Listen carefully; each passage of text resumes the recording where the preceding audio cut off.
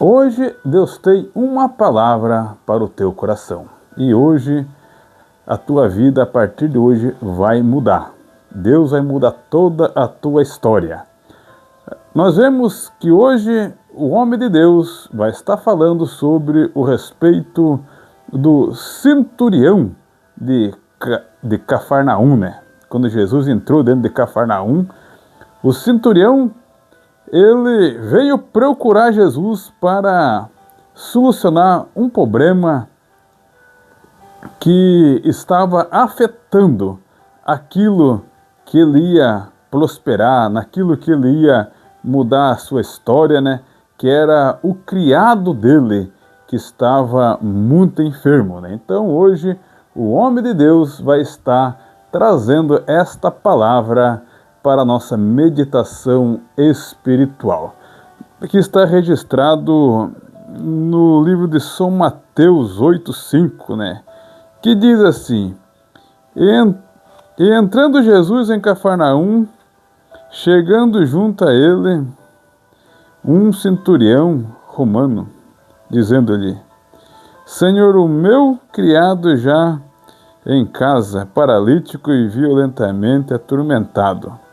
Jesus disse-lhe: Eu irei e lhe darei saúde.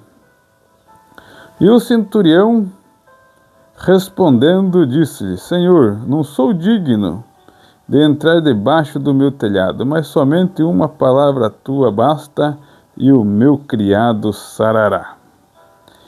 Pois também sou homem, sujeito a poder, e tenho soldado as minhas ordens, e digo a este: vai, ele vai, e outro: vem, e ele vem.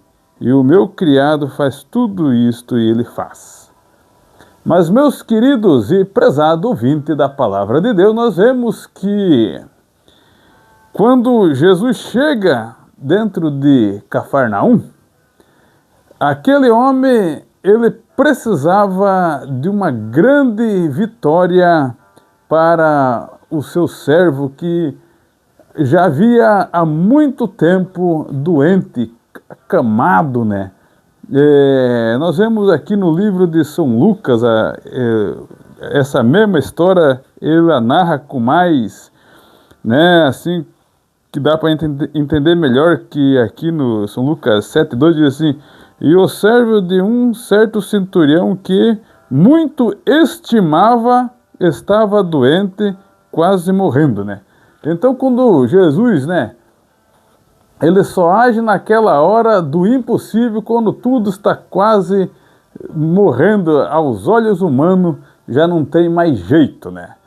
E nós vemos aqui, meus queridos e prezado ouvinte da palavra de Deus, que quando Jesus chega ali, né, em Cafarnaum ali, aquele centurião que nem era judeu, né? Ele era um romano, né? Ele chegou em Jesus e falou assim: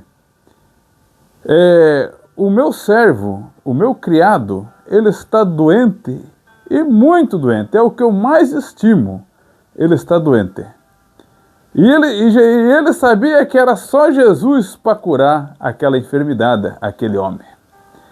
Então, era aquilo que ele mais estimava. Mas ele falou assim, aí Jesus falou assim: vai e eu lhe darei saúde. Ele falou assim: Senhor, eu não sou nem digno de receber o Senhor debaixo do meu telhado, mas somente uma palavra tua basta, e meu criado sarará. Então, quando ele chega em casa, o seu criado já estava sarado, né? Com uma só palavra do Senhor, né? A Bíblia fala que Deus, né, ele não é homem para que minta, nem filho do homem que para que se arrependa. Que ele fala uma vez só, está falado, né? A promessa vai se cumprir. Glória a Deus nas alturas. Aí nós vemos que aquele centurião, ele falou para Jesus, falou: Senhor, eu tenho muito soldado aos meus respeitos, né? Aos meus comandos. E eu falo para ele ir, ele vai. Eu digo: vem, ele vem, né? Mas aquilo que eu mais estimo, né? Ele está doente, está quase morto, né? Então nós vemos que muitas das vezes, igreja, que eu quero chegar a um ponto aqui, que aquilo que vai mudar toda a nossa vida, que vai mudar toda a nossa história, muitas das vezes está doente. Aleluia, Jesus, está doente. Mas só que Jesus aqui, ele está aqui para curar. A Bíblia fala assim que os bons não necessitam de médico, mas sim os doentes, né? Eu quero te dizer para você nesta palavra, só você sabe o que está doente na sua vida. Muitas das vezes nós estamos até mesmo, né, como aqui esse centurião está falando, eu tenho soldado ao meus comandos, aos meus respeitos, eles são obedientes, eu falo para eles, vai, ele vai, ele vem, faz isso, ele faz. Mas é como se estivesse empurrando uma coisa com a barriga, que não prospera, que não vai, porque aquilo que vai prosperar, muitas das vezes na nossa vida, está doente. Nós vemos que Agar, né, ali, que era serva de Abraão, que Abraão teve um filho com ela, que todo mundo sabe dessa história, ela fugiu, né, aleluia, da sua serva, né, que nós vemos que Sara ficou grávida, né, e ela se desfez de Sara, ei, agora sim é o meu filho, que vai ser o filho da promessa, tal, né, e ela, quando Sara se engravida, ela vai embora, né, e nós vemos que ela foi para o deserto, mas chegou lá no deserto, aleluia, o anjo falou para ela, Sara, volte. Pede perdão para a tua serva, né? Aleluia, pede perdão, por causa que eu também quero fazer uma promessa, vou fazer uma promessa para este filho que está dentro do teu ventre. Mas é preciso você ir lá pedir perdão para Sara.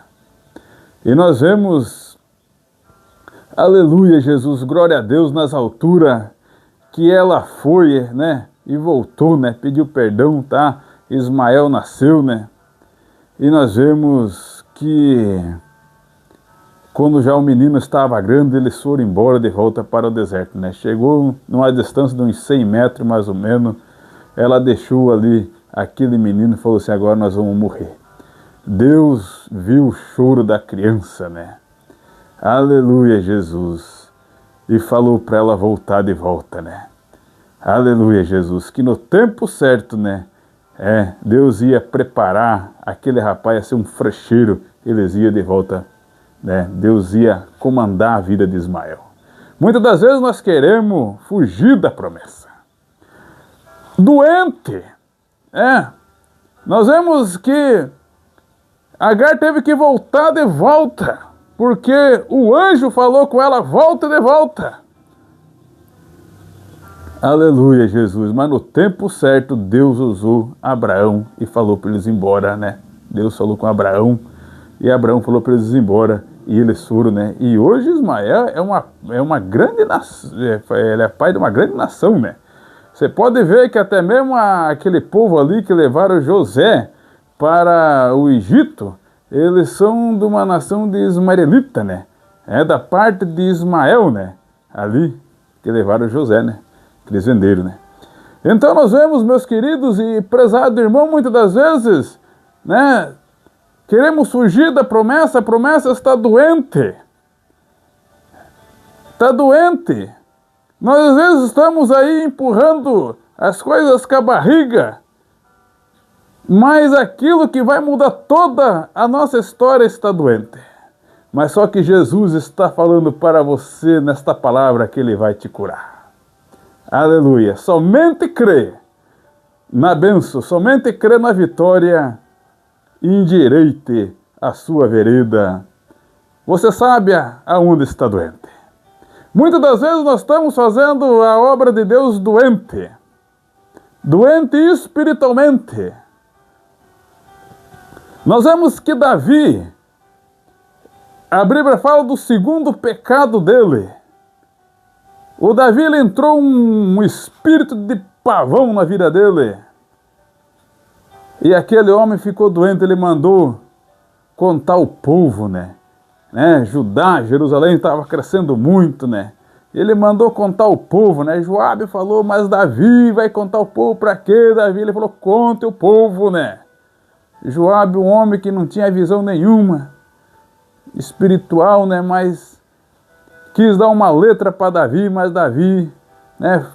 Mas o espírito do pavão tampou a mente de Davi. Muitas das vezes, às vezes a pessoa fica doente mesmo no meio de uma caminhada. Mas Jesus, ele vai curar, né? Davi, um homem segundo o coração de Deus, foi o segundo pecado dele, né? Depois de Betseba, foi, né, querer se aparecer, querer se exaltar. E nós vemos que depois que ele mandou contar o povo, né?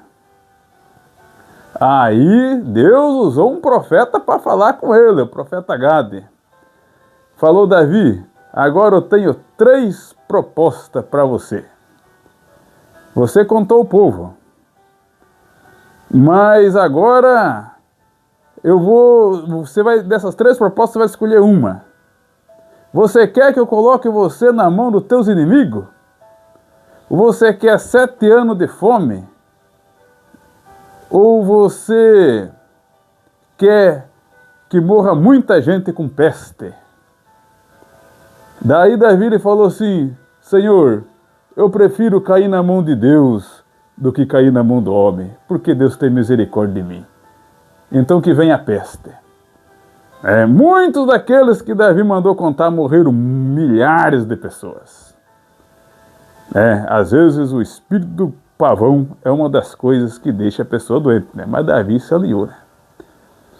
Meus queridos e prezados ouvintes, nós vemos que Sansão, ele fez a obra inteira dele doente, né? Espiritual. Mas nos últimos dias, Deus curou Sansão, né? Os seus cabelos voltaram a crescer e as suas forças voltaram. E nós vemos que o próprio inimigo colocou ele ali puxar, né? Aquele moinho, ali ele puxava ali, nem força fazia, né? Ali nós vemos que naquele templo dos Dagon ali, né? Que eles fizeram ali para comemorar o Dagon que tinham pegado Sansão, Sansão mandou eles colocar ele naquela coluna, né? Do templo, né? E ali Sansão pegou na coluna do templo e puxou, né? Sansão falou assim, morra eu junto com os filisteus, né? Ali morreram mais de 3.000 filisteus, né?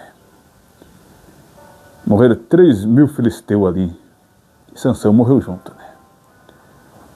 Aleluia, Jesus.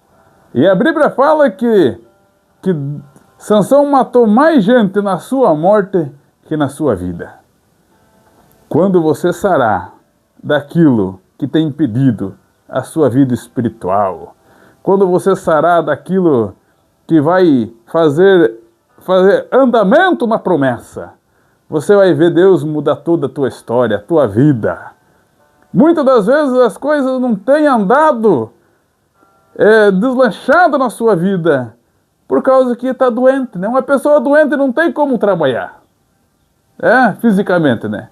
Às vezes ele vai trabalhar, mas não aguenta, porque está doente, né? É preciso se curar. E às vezes as coisas espirituais, ela não está andando. Deus não está derramando chuva de bênção. Deus não está dando vitória como tem prometido, por causa que muitas das vezes há uma doença espiritual.